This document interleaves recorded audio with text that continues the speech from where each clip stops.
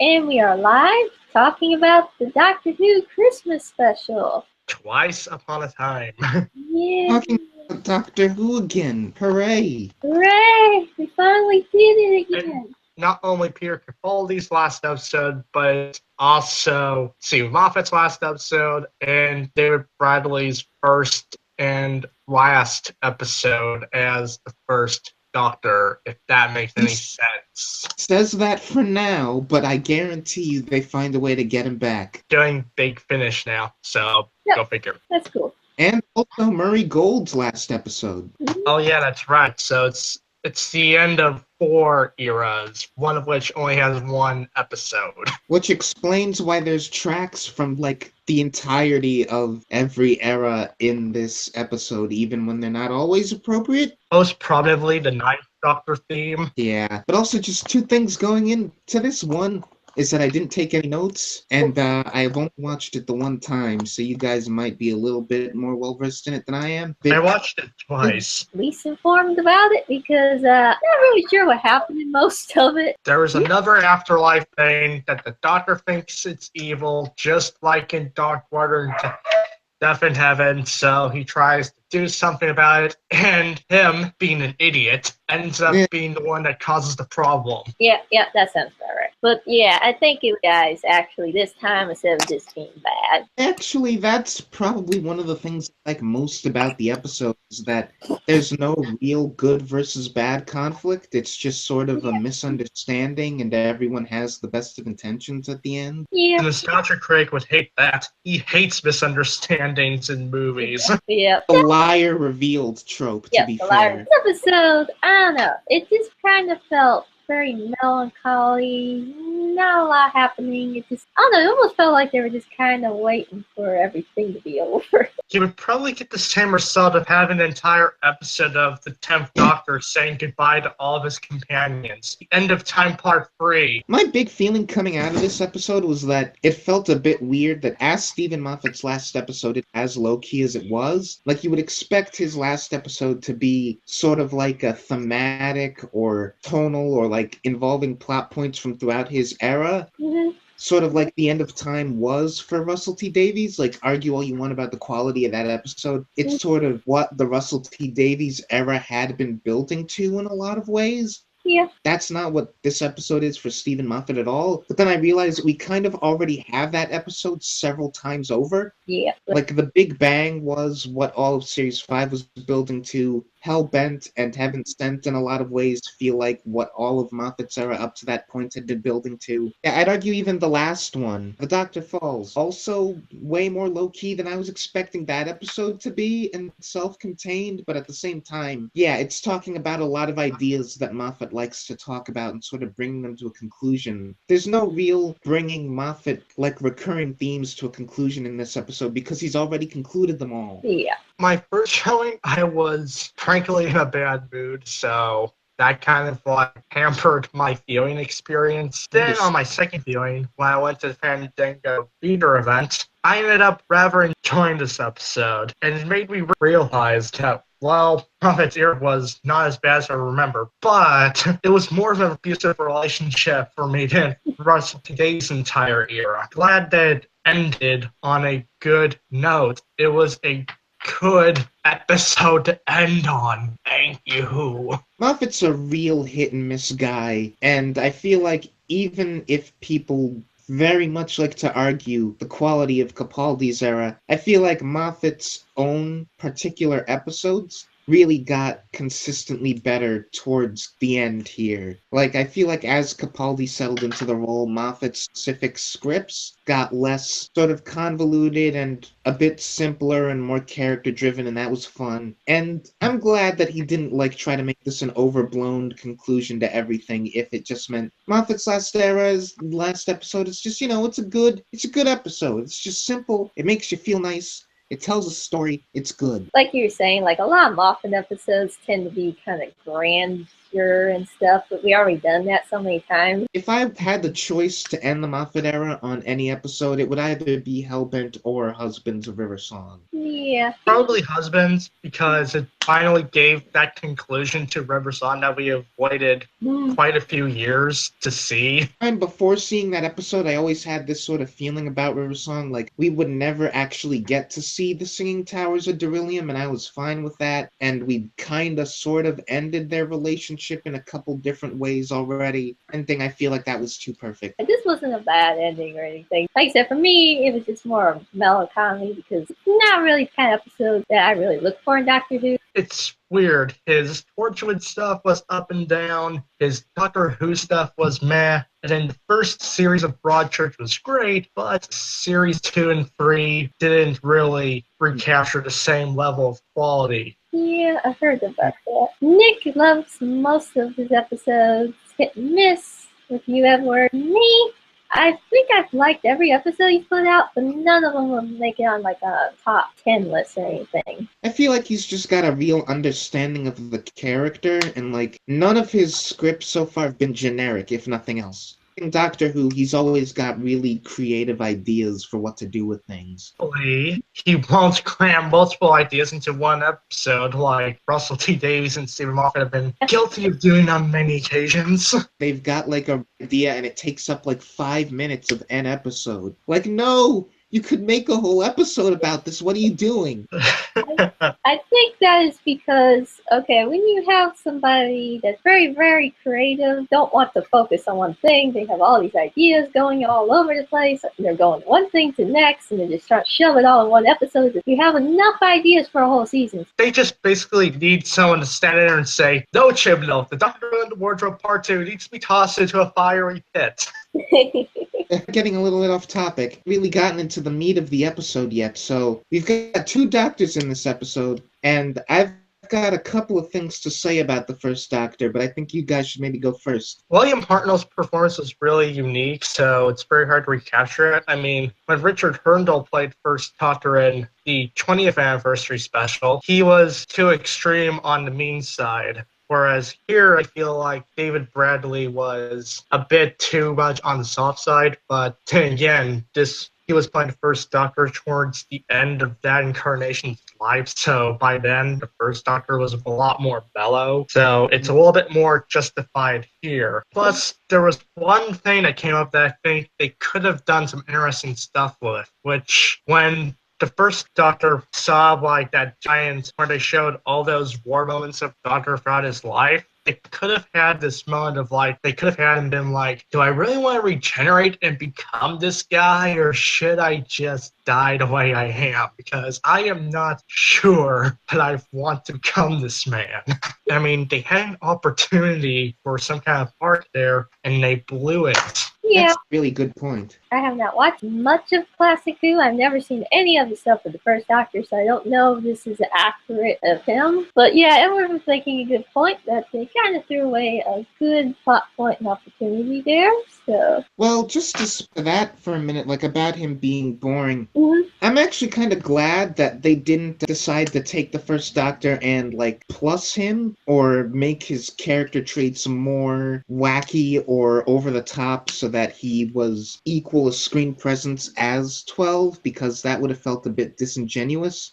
Like, I haven't watched that much with the First Doctor, but he is... You can tell from his episodes that the show was created with him in mind as sort of a supporting character, where the companions would be more of a focus and they would have more of the action and more of the, like, character. And the First Doctor's not without character. He's fun in places. He's not what the character would become, and I like that they sort of stuck to that. I haven't seen enough of William Hartnell to speak to, like, the differences in acting performance, like Edward can, but, my 2 big things about him were that I don't recall him ever making any, like, sexist comments the way that he does in this episode as, like, a running gag, and that's super weird. He did refer to women as the inferior sex a couple times, which was a very 60s thing. Hey, I guess I missed those. Yep. Because that makes sense then.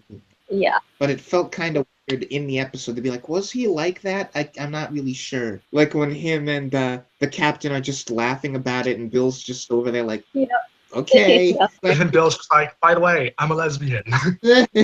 And he's like, if I hear any more language like that, you're gonna get a jolly good smacked bottom. That made me actually laugh out loud a couple of times. It did have some good banter in it. And then the 12th Doctor, he's just like, let's pretend this never happened. Yeah, and to speak to Edward's thing about him seeing the moments of war and like how he should have reacted to that. On the one hand, I agree. We sort of set up a character arc about him not wanting to change, and that could have been the moment where like he gets even more into like, no, I don't want to become that. But then over the course of the episode, he realizes, oh, maybe becoming this guy wouldn't be so bad. But at the same time, if we had gone through with that, this episode would have felt even more cribbing from the Day of Doctor, because that's what we do there. Stephen Moffat would never have written that episode the way he did if he knew he was going to eventually get to write the first Doctor. Agreed? That whole episode is like, we've got an older Doctor who sort of does not take well to the childish like nature of the future Doctors, and he doesn't like the person that he's going to become, and he doesn't like how and Ward like scarred he is. And then he comes to appreciate it, and he comes to appreciate their quirks a little bit. And this episode sort of had shades of that. Oh man, I said everything I would have said the first Doctor with the War Doctor already. What do I do? Like, Moffat's not planning to do any of this, so it's kind of winging it. I mean, it is cool to see the first Doctor meet the 12th Doctor. Like, even though I wasn't that impressed by him, and I did like some of the banter he had with the characters, it was very cool to see the very first guy meet the last incarnation. The sexist jokes actually kind of work a bit more when you find out who becomes the Doctor at the end, which we will get to. I suppose, should we talk about Bill? Her return was handled a lot better than Clara's and Hellbent. But at the same time, like, Clara's thing in Hellbent is a return so that we can, and we're taking an opportunity to say things about 12 and Clara as characters with that. Like, I do like the way Bill comes back, and I like the concept of, what's their name? Of the glass people, the glass lady that can be anyone? I have no idea. All I know is that they originated on New Earth in 5 billion something year. Yeah, their name is lost on me. I really like them as a concept. It's not another afterlife thing. What I took from it is that it's purely a preservation of memory. That's not Bill and Nardole and Clara that 12 is talking to. Bill is still with Heather. Nardole is still with those kids as far as we know. Clara is still off in her own TARDIS. He's just talking to a thing that can look like them and has their memories. Do you feel like the episode was trying to make the argument, though, that the memories do become the people? In that case, there are now 2 Nardoles and 2 Bills and 2 Claras. Yeah. Which I'm perfectly fine with. I know some people wouldn't as well. Some people really hate Clara. The last thing they would want is 2 of them. Just because I actually got myself kind of spoiled for this episode before I saw it, so I knew that Clara would show up at the end in some capacity. I didn't know exactly how, and I thought I would be a lot more angry than I was that the Doctor gets his memories of her back and stuff, because that kind of nullifies the tragedy of Hellbent. For some reason, seeing it happen, I was okay with it, because 12 is going to be gone now, and there's no way that any future incarnation of the Doctor can be as attached to Clara as 12 was. Yeah, his story's over with her. Like I said, I don't think Jodie's gonna be like that about Clara. It's good. Undoing the memory wipe of Hellbent as well. One, I didn't like it as it was kind of unnecessary and random. So I was like, good, we got this needless thing that didn't need to happen in the first place out of here. I don't know, because I feel like the thought process going into Hellbent and deciding to erase his memories in the first place is like, okay, we've taken the relationship between these 2 to like the furthest extreme possible, and they're like way too codependent on each other to an almost unhealthy degree. With that setup, do we actually get the Doctor to a place where he can sort of function normally without Clara? And the only way to do that is to erase Clara from his mind, so he's not crazy obsessed over her like he sort of is when they're together. Well, then, good thing the 10th Doctor hasn't been around long enough for Hellbent, because then we could have had him done something like that for Rose with, I was just about to say that.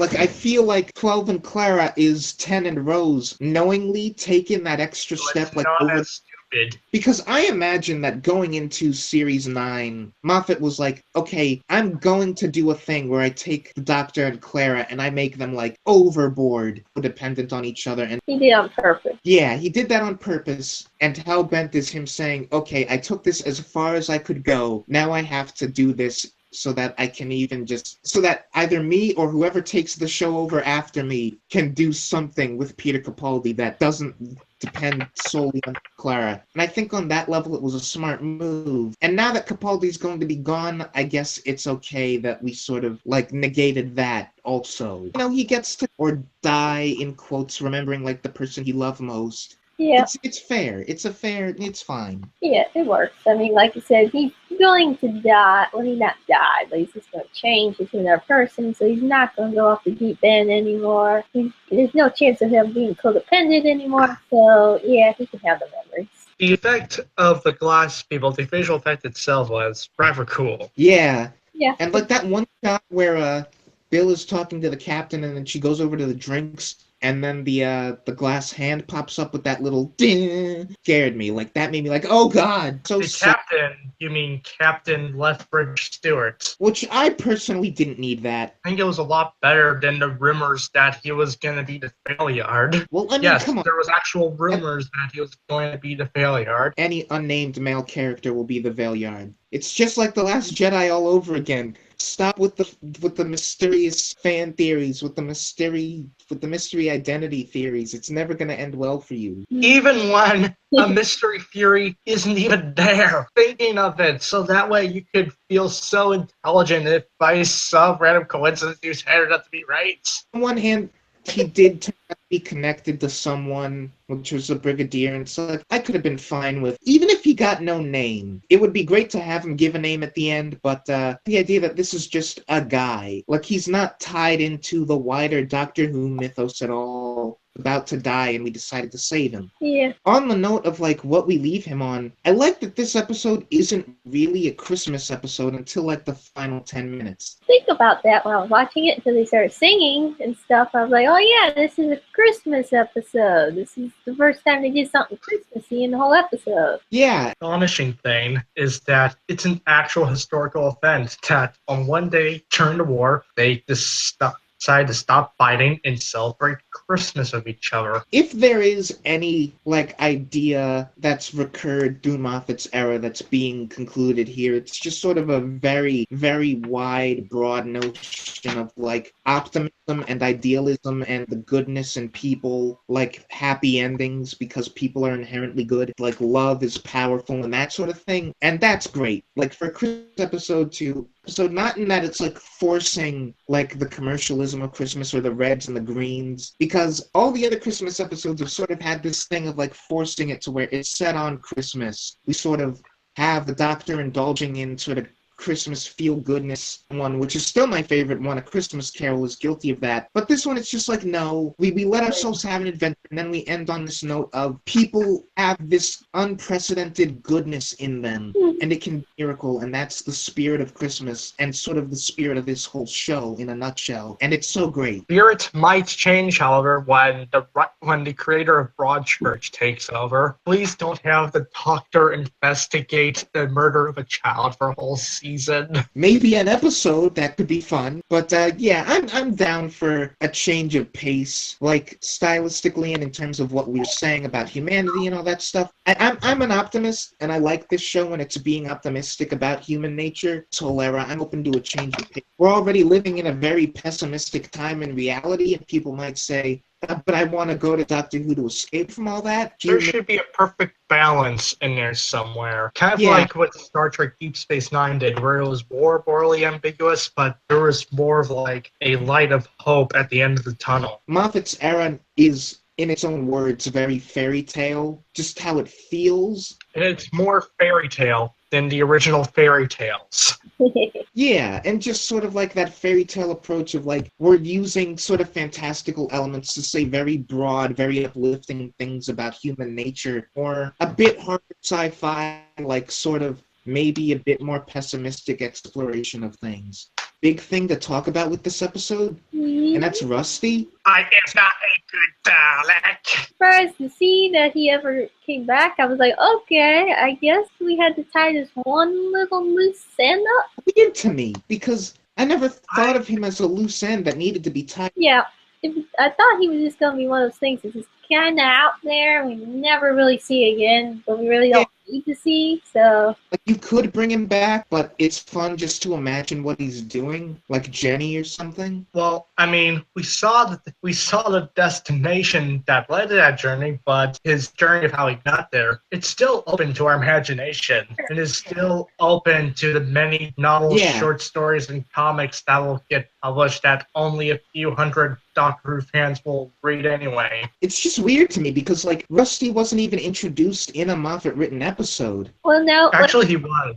Into the Dalek was co-written by Stephen Moffat. That makes sense then. Yeah. Wasn't me again. Yeah, that would have been weird, but sort of said all that we could with her. It's so weird to me that, like, of all the things that he would tie up in his final ever episode on Doctor Who, he chooses Rusty. Yeah, it felt weird. Specifically because, like, we go to him because we need a database of information. And honestly, for the purposes of this episode, any database could have done. Like, it could have been a completely original thing. Like, I was expecting when he first mentioned, I need a database at the center of the universe, I was like, oh, this could be like one last new, there's like one last new thing that Moffat introduces. In fact, it would have been cool if it was the Torchwood Archive. But no. There's so many databases throughout the universe. There's Torchwood, there's the library, there's all sorts of things that we don't even know about. Why would the first idea be to go to the Daleks? I don't know. Because of the Dalek that he can trust. It felt weird that anything could have served Rusty's purpose in this episode. I think Moffat was just trying to make it more meaningful, but like he has nothing left, and he's like, what about Rusty? There's probably going to be Rusty memes for the rest of the tenure of the Doctor Who fandom, just so that people can start making memes. My whole meanie thing about Rusty is that when he first said in his first episode, I'm not a good Dalek, you're a good Dalek, it's really sort of chilling and makes you think. When he says it here, I just picture like a petulant 12-year-old being like, I'm not stupid, you're stupid. Yeah, he's kind of trolling the Doctor a little bit. I sort of hit all that I wanted to. I can't really talk about Bill as a character because, again, we're not dealing with the original Bill, so nothing that happens here really reflects on her. Kind of nice to see her again for the Christmas special. They just wanted to bring her back the last time. That's what this whole episode made. Like, it's nice to see Bill again. It's nice to see the First Doctor again. It's nice to see Rusty again. Because the real need of this episode, the real part of it is a Doctor who doesn't want to regenerate. The Doctor accepts his own. And everything on top of that, the First Doctor and Rusty and Bill sort of just, here, but we didn't really need them. Time for the show to get a new look. Again.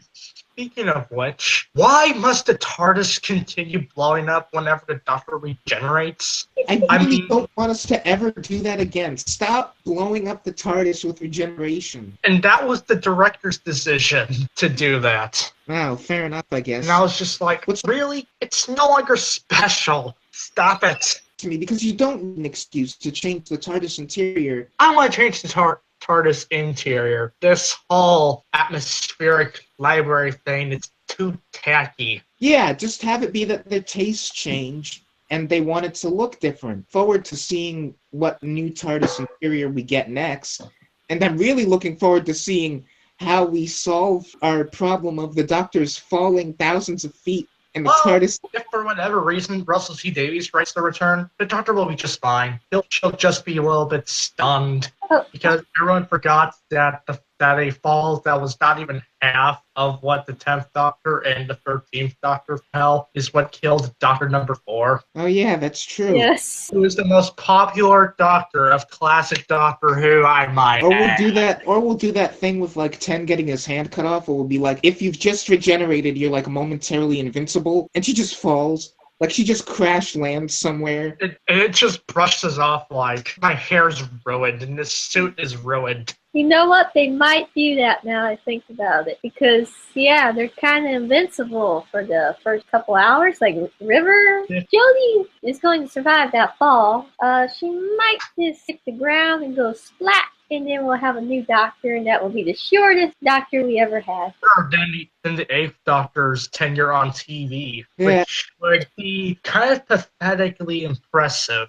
I know, right? That would actually be hilarious. I've given my final thoughts on this episode already. I liked it. Just going forward, I know that this probably isn't likely to happen, but I hope it's what happens. I hope that because we've got an entirely new cast, the next companions aren't even going to have any precedent for like the Doctor being male, so they're not going to question it. Her first line is just like realizing that she's a female and going, "Oh, brilliant." I hope that's it. I hope that's the last we ever say about like the fact that she is now a she. Like she likes it, she's down for it, and she doesn't feel the need to explain it or mention it again. Like being a female is weird, or being. We got one line where it's like, let that be it. Let that be the end of that conversation in the show. I mean, we'll probably bring it up like if she goes to the past or something. Sexist stuff she'll have to deal with. I mean, in terms of the conversation of the Doctor is now female, and that's different. Yeah, I get what you're saying. Yeah, we don't need to talk about it. It's like, oh, brilliant. It's like, yeah, I like this. All the Doctor had to do was press one button, and TARDIS like, no, get out, I need to redecorate. I don't care if it's a 1,000-mile-per-hour drop. Get out! I know, right? It feels like the TARDIS is throwing a hissy fit. Well, that was another reason they might have done the explosion thing, because they wanted to throw Jodie out, and they wanted to leave it on this big cliffhanger. Do you think the TARDIS is mad that she keeps getting blown up? Let this be a lesson. Never do this to me again. Yeah. I think the TARDIS would probably retaliate with one of the controls on the console whacking the Doctor's hand or face. She's very pissed off right now. She's like, you keep blowing me up. This is like the fourth time.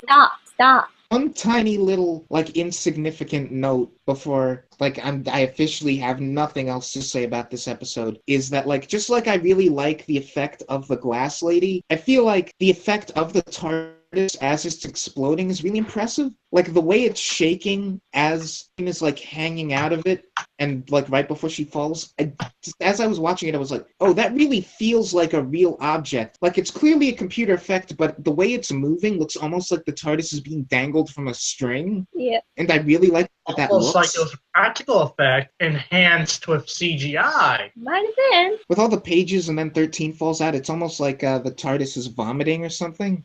What if those pages was the TARDIS instruction manual? No, you already threw that one in the black hole. Should we talk about Peter's last scene?